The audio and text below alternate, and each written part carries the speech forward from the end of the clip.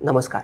हिंदुस्तान पोस्टच्या विशेष मुलाखतीमध्ये मी आशिष आपल्या सगळ्यांचं अगदी मनापासून स्वागत करतो. धर्मवीर छत्रपती संभाजी महाराज यांच्यावर ज्यांनी चरित्रग्रंथ लिहिला त्या डॉक्टर कमल गोखले यांची 11 ऑक्टोबरला पुण्यतिथी असते. तर त्या निमित्ताने चर्चा करण्यासाठी आज त्या डॉक्टर कमल गोखले यांच्या कन्या सौ मंजिरीताई मराठे आज आपल्यासोबत उपस्थित आहेत. मंजिरीताई मराठे या स्वातंत्र्यवीर सावरकर राष्ट्रीय स्मारकाच्या कोषाध्यक्ष आहेत, तसेच त्या हिंदुस्तान पोस्टच्या सल्लागार संपादक सुद्धा आहेत. पण आज त्या हिंदुस्तान पोस्टच्या सल्लागार संपादक म्हणून नाही तर डॉक्टर कमल गोखले यांच्या कन्या म्हणून आज आपल्यासोबत संवाद साधणार आहेत. तर मंजिरीताई, तुमचं हिंदुस्तान पोस्टच्या या विशेष मुलाखतीमध्ये मी अगदी मनापासून स्वागत करतो. ताई, सर्वप्रथम मला डॉक्टर कमल गोखले आणि तुमच्या संपूर्ण घराण्याची कौटुंबिक पार्श्वभूमी आणि डॉक्टर कमल गोखले यांची शैक्षणिक पार्श्वभूमी जाणून घ्यायची, त्याबद्दल. माझी आई डॉक्टर कमल गोखले, हिचं बालपण हे कराची अंबाल्यामध्ये गेलं आणि तिथे ती कॉन्व्हेंटमध्ये शिकली होती. पण तिचे वडील अकाली गेले. खूप मोठं कुटुंब होतं. मग ते सगळे पुण्यामध्ये आले. तपकीर गल्ली पुण्यामधली जी आहे तिथे नगरकर वाडा आहे. आणि त्या नगरकरांनी, ते धनाढ्य असावेत, या कुटुंबाला खूप आर्थिक मदत केली. आई भावे हायस्कूलमध्ये शिकत होती, म्हणजे आताचं रेणुका स्वरूप. त्यामुळे मराठी तिला यायला लागलं जास्ती, कारण मूळचं कॉन्व्हेंटमध्ये शिकलेली होती. आणि मग पुढे ती BA झाली. तर BA झाली म्हणजे खरं तर तिचं लग्न खूप लवकर झालं. पण माझे आजोबा, त्यांचं शिक्षण त्यांना घेता आलं नव्हतं. त्यामुळे त्यांनी आईला शिकवलं की तू शिक. आणि त्यावेळेला माझा मोठा भाऊ खूप लहान होता, तर ते त्या माझ्या भावाला सांभाळायचे. आईला त्यांनी सायकल घेऊन दिली होती आणि सायकलवरून आई सर परशुराम भाऊ कॉलेजमध्ये जायची आणि ती तिथे BA झाली. ताई, आता तुमच्या आईच्या शैक्षणिक पार्श्वभूमीबद्दल आपण कौटुंबिक पार्श्वभूमीबद्दल बोललो, पण त्यांनी इतिहासाकडे कसं त्या वळल्या आणि धर्मवीर छत्रपती संभाजी महाराजांवर आपण एक चरित्रग्रंथ लिहावा आणि त्यातून मग शिवपुत्र संभाजी चरित्रग्रंथ कसा साकारला गेला याबद्दल तुम्ही सांगा. BA झाल्यानंतर तिला PhD करायचं होतं. आता पुणे विद्यापीठामध्ये ती सोय नव्हती. मुंबई विद्यापीठामध्ये BA झाल्यानंतर PhD करता यायचं. म्हणून तिने तिथे नाव घातलं, मुंबईला. आणि त्यानंतर तिच्या मुंबईच्या फेऱ्या सुरू झाल्या. म्हणजे इथून दरवेळेला मुंबईला जायचं, परत यायचं, घरी मूल होतं लहान. पण हे सगळं तिने धडपड केली. आणि त्यावेळेला छत्रपती संभाजीराजांबद्दल तिच्या मनात एक अतिशय कुतूहल होतं. तसंच त्यांच्याविषयीचे जे गैरसमज होते त्यावरून तिला असं वाटलं की याविषयी आपण अभ्यास केला पाहिजे. तिने अनेकांशी चर्चा केली आणि मग तिच्या प्रबंधासाठी छत्रपती संभाजी महाराज हा विषय तिने निवडला. जो कोणी इतिहासाचा अभ्यास करतो त्याला एवढं माहिती आहे की शिवपुत्र संभाजी हा कमल गोखलेंनी लिहिला आणि तो जवळपास 9-9.5 वर्षाचा कालखंड त्या पूर्ण तो कंप्लीट व्हायला लागला. म्हणजे एक तप त्यांनी ते लिखाण केलं. तर तो सगळा प्रवास आपल्याला तुम्ही सांगू शकता? खरं तर छत्रपती संभाजी महाराजांची कारकीर्द ही 9 वर्षांची आहे आणि आईचं काम हे 9.5 वर्ष चाललं आणि त्यातूनही तिला आणखीन 1.5-2 वर्ष जास्ती लागली ह्या सगळ्या पूर्ण होण्यासाठी. ज्यावेळेला ती मुंबईला होती त्यावेळेला मुंबईला जायची त्यावेळेला तिथले काही तिला मार्गदर्शक होते. पण या कागदपत्र संभाजीराजांबद्दलची कागदपत्र फारशी उपलब्ध नव्हती. त्यामुळे तिच्या कामाला खूप वेळ लागत होता. मग साहजिकच कदाचित त्या मार्गदर्शकांचाही उत्साह संपला असेल. त्यानंतर ती वासी बेंद्र्यांना भेटली आणि त्यांच्याकडे बरीच कागदपत्र होती. तर त्यांनी तिला असा सल्ला दिला की तू छत्रपती संभाजीराजांच्या लढायांबद्दल तू लिहावंस. मग अचानक त्यांचंच 1960मध्ये त्यांचं छत्रपती संभाजी हे पुस्तक प्रकाशित झालं. आईला आता परत कसं पुढे जायचं हे कळत नव्हतं. पण वासी बेंद्र्यांनी आईला अनेक कागदपत्र दिली आणि तिचा पुढे अभ्यास सुरू झाला. तिला मराठी येतच होतं, इंग्रजी तिचं चांगलंच होतं. ती मोडी शिकली, कारण आपली सगळी कागदपत्रं जी आहेत ती मोडीमध्ये असतात. माझे वडील श्रीपू गोखले यांचं तिला खूप मोठं सहकार्य लाभलं. ते स्वतः मोडी शिकले होते आणि दोघं मिळून ती कागदपत्र वाचायची, कारण मोडी लिपीचा वेगवेगळा अर्थ दोघांच्या वाचनातून निघू शकतो. त्यामुळे ती मोडी वाचत असे. तिचं फ्रेंच आणि पोर्तुगीज या भाषेचाही थोडाफार अभ्यास होता. पण आता बरीचशी कागदपत्र पोर्तुगीज भाषेमधली जी होती ती डॉक्टर पांडुरंग पिसुर्लेकर गोव्याचे, त्यांनी तिला पुढे आपली मुलगीच मानलं आणि त्यांनी अनेक कागदपत्र तिला दिली. ती त्यांच्याकडे जाऊन राहिली होती, कारण अनेक गोष्टीला ज्या अडत होत्या ते तिला समजावून सांगायचे. अनेक ठिकाणं गोव्यातली त्यांनी तिला दाखवली. तसंच मी विशेष उल्लेख करीन ते सीतामहूचे डॉक्टर रघुवीर सिंग. त्यांच्याकडे पर्शियन कागदपत्र होती, त्याच्या छायाचित्रित प्रती होत्या त्यांच्याकडे. पण आता पर्शियन आईला आता काही येत नव्हती, सीतामहूला जाऊन राहणं शक्य नव्हतं. तर या रघुवीर सिंगांनी एक मुंशी नेमले. त्यांनी त्याचं भाषांतर करून ती सगळी कागदपत्र आईला पाठवली. अशा अनेकांचं सहकार्य तिला लाभलं. ज्यावेळेला तिचा प्रबंध तपासणीसाठी किंवा व्हायवा आपण ज्याला म्हणतो तोंडी परीक्षा, तर त्याच्यासाठी दत्तोवामन पोतदार होते.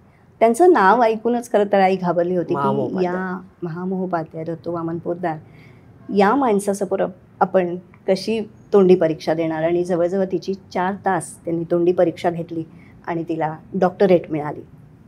तसंच त्याच्यानंतर अनेकांचे तिला सहकार्य अनेकांचं लाभलं. जसं भारत इतिहास संशोधक मंडळातले गह खरे आहेत, डॉक्टर बाबासाहेब पुरंदरे आहेत, अज करंदीकर आहेत. अनेक नावं तिने आपल्या मनोगतामध्ये त्या सगळ्यांचा ऋणनिर्देश तिने केलेला आहे. तुमच्या घराण्याचाच स्वातंत्र्यवीर सावरकरांसोबत खूप चांगले परिचय होता, खूप चांगले संबंध होते. तर आणि विशेष म्हणजे तुमच्या वडिलांनी सुद्धा स्वातंत्र्यवीर सावरकरांसोबत 30 वर्ष काम केलेलं आहे. तर हे पुस्तक लिहित असताना स्वातंत्र्यवीर सावरकरांनी सुद्धा तुमच्या आईला मार्गदर्शन केलेलं आहे, तर त्याबद्दल तुम्ही सांगा. ज्यावेळेला आईचं संशोधन सुरू झालं त्यावेळेलाच ती थोडीशी चाचपडत होती. कुठे मार्गदर्शन मिळेल असा त्यांचा विचार चालू होता. आणि स्वातंत्र्यवीर सावरकरांचा इतिहासाचा दांडगा अभ्यास होता आणि वडील तर त्यांच्या समवेत अनेक वेळा असायचे. त्यामुळे वडील आईला म्हणाले की आपण स्वातंत्र्यवीर सावरकरांना भेटू आणि त्यांच्याकडून काही मार्गदर्शन मिळते का बघूया. जेव्हा आईची आणि त्यांची भेट झाली त्यावेळेला सावरकर तिला म्हणाले की संभाजीराजांबद्दल अनेक गैरसमज आहेत, तर त्याबद्दल तुझं काय मत आहे, तुझं संशोधन झालं आहे का. तेव्हा आईने सांगितलं की नाही, अजून माझं संशोधन झालेलं नाही. तेव्हा सावरकर तिला म्हणाले की ते तू शोधून काढ, कारण ज्या पद्धतीने संभाजीराजांनी हौतात्म्य स्वीकारलं ते कोणा येरा गबाळ्याचं काम नाही. असं हौतात्म्य स्वीकारणं हे सोपं नाही. त्यामुळे ते तू संशोधन कर. आणि इथे मला मुद्दामून उल्लेख करायचा की सावरकरांनी हुतात्मा छत्रपती हा एक लेख लिहिलेला आहे. त्याच्यामध्ये सावरकरांनी जे म्हटलं आहे संभाजीराजांबद्दल ते प्रत्येकाने वाचण्यासारखं आहे. आपण नेहमी म्हणतो की एका कर्तृत्ववान पुरुषाच्या मागे एक स्त्रीचा हात असतो, तसंच तुमच्या आईच्या मागे तुमच्या वडिलांचा सुद्धा भक्कम पाठिंबा होता. तर त्याबद्दलच तुमच्या वडिलांची कशी पूर्णपणे तुम्ही मोदीचा उल्लेख तर केलाच आणि बाकी पण गोष्टी असतील, तर या पूर्ण 9.5-10 वर्षाच्या कालखंडामध्ये तुमच्या वडिलांची कशी मदत झाली त्याबद्दल. त्यांच्या पाठिंब्याशिवाय तिला काही करता येणं केवळ अशक्य होतं, कारण आमचं एक मोठं कुटुंब होतं, एकत्र कुटुंब होतं. जसं मी म्हटलं की आजोबांनी तिला पाठिंबा दिलाच, पण वडिलांनीही प्रचंड पाठिंबा दिला. तिला गावोगावी फिरायला लागायचं. जिथे जिथे ऐतिहासिक कागदपत्र आहेत असं तिला कळायचं त्या त्या ठिकाणी ती जायची. तेव्हा त्यांनी तिची पूर्ण काळजी घेतली. आमच्या घरामध्ये अनेक सोयीसुविधा त्यांनी केल्या की तिला त्रास पडू नये, तिला अभ्यासाकडे तिला पूर्ण लक्ष देता यावं, हा त्यांचा कायम प्रयत्न होता. अतिशय ते रागीट होते, पण त्याचबरोबर तिला त्यांनी जे मार्गदर्शन केलं, जे सहकार्य केलं ते खरंच वादात येत आहे. क्या बात आहे. जेव्हा हे पुस्तक 1971ला प्रकाशित झालं तेव्हा शिवपुत्र संभाजी हे पुस्तक संभाजी महाराजांचं ज्या दिवशी पुण्यतिथी असते त्या दिवशी वडूबुद्रुक येथे संभाजी महाराजांना अर्पण करून हे पुस्तक अर्पण करून या पुस्तकाचं प्रकाशन सोहळा झालेला आहे. तर ते सगळा तो प्रसंग कसा होता त्याबद्दल सांगा. छत्रपती संभाजी महाराजांची 282वी पुण्यतिथी होती, फाल्गुन मध्ये अमावस्या. त्या दिवशी वडूला आईने ह्या पुस्तकाचा प्रकाशन समारंभ केला. प्रचंड गर्दीमध्ये हा समारंभ झाला आणि मला आठवते मी अगदी लहान होते त्यावेळेला, पण व्यासपीठावर ती एकटी स्त्री होती किंवा अगदी जे बघायला आले कार्यक्रम बघायला आलेले होते, कारण वडूमध्ये संभाजीराजांना अतिशय मानतात. अख्खा गाव तिथे गोळा झालेला होता आणि तिथे बहुतेक अभावानीच स्त्रिया होत्या, त्यात आई व्यासपीठावर होती. तो प्रसंग अजूनही माझ्या डोळ्यासमोर उभा राहतो. क्या बात आहे. पहिले तुमच्या आईने BA केलं आणि त्यानंतर वयाच्या 45व्या वर्षी त्यांनी MA सुद्धा केलं. तर मला म्हणायचं आहे की 45-50 वर्षी आजच्या काळात लोक रिटायर होण्याकडे कळ असतो लोकांचा, तर 45व्या वर्षी परत त्यांना शिकावं, MA करावं का वाटलं. तिला कॉलेजमध्ये नोकरी करायची होती आणि PhD असलात तरी तुम्ही MA झालेला नसाल तर तुम्हाला नोकरी मिळत नाही. त्यामुळे तिच्या विद्यार्थ्यांबरोबर जवळजवळ 45-47व्या वर्षी तिने MA केलं. क्या बात आहे. म्हणजे खरंच हे वाखाणण्यासारखी गोष्ट आहे की 47 वर्षी एखादी व्यक्ती शिकू शकते.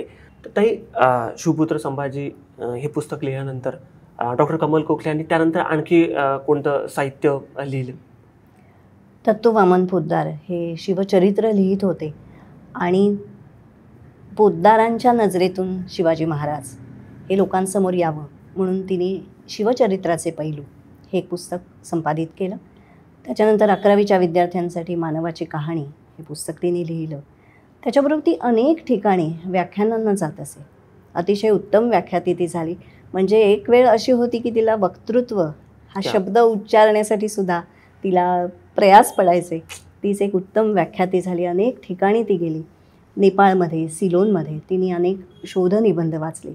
आणि आणखीन एक विशेष म्हणजे इतिहासाचा अभ्यास ज्या ज्या विद्यापीठामध्ये चालतो त्या त्या विद्यापीठांमध्ये तिचं शिवपुत्र संभाजी पुस्तक संदर्भ ग्रंथ म्हणून वापरलं जातं. आज म्हणजे ही नवीनच माहिती मिळाली ताई की जिथं जिथं इतिहासाचा अभ्यास होतो ज्या ज्या विद्यापीठात तिथं शिवपुत्र संभाजी हे पुस्तक चरित्रग्रंथ म्हणून वापरलं जातं. ते प्रत्येक विद्यार्थ्याला त्याचा संदर्भ म्हणून उपयोग होतो.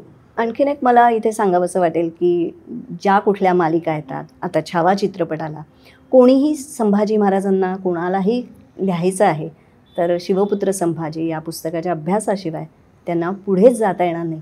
इतकं त्या पुस्तकाचं महत्त्व आहे. म्हणजे आज तू बघ ना की आता ते पुस्तक प्रकाशित होऊन 55 वर्ष झाली आहेत. आई जाऊन 45 वर्ष झाली आहेत. 52व्या वर्षी ती गेली, अकाली गेली. पण आजही त्या पुस्तकाचा अभ्यास केला जातो आहे, त्याची चर्चा होते आहे. हे त्या पुस्तकाचं विशेष आहे असं मला वाटतं. खरंच आहे. धन्यवाद ताई. आज तुमच्याकडून पूर्णपणे डॉक्टर कमल गोखले यांनी साकारलेल्या शिवपुत्र संभाजी या चरित्रग्रंथाबद्दल विस्तृत माहिती मिळाली. त्या पुस्तकाचा पूर्ण 9.5 वर्षाचा प्रवास, त्यांना आलेले अनुभव, सगळे त्यातले प्रसंग, त्यांनी वेगवेगळ्या भाषा शिकल्या, त्यांना कोणाचं मार्गदर्शन लाभलं याबद्दलची विस्तृत माहिती आज तुमच्या माध्यमातून या चर्चेच्या निमित्ताने उलगडल्या गेली. त्याबद्दल हिंदुस्थान पोस्टतर्फे मी अगदी मनापासून तुमचे आभार मानतो. धन्यवाद.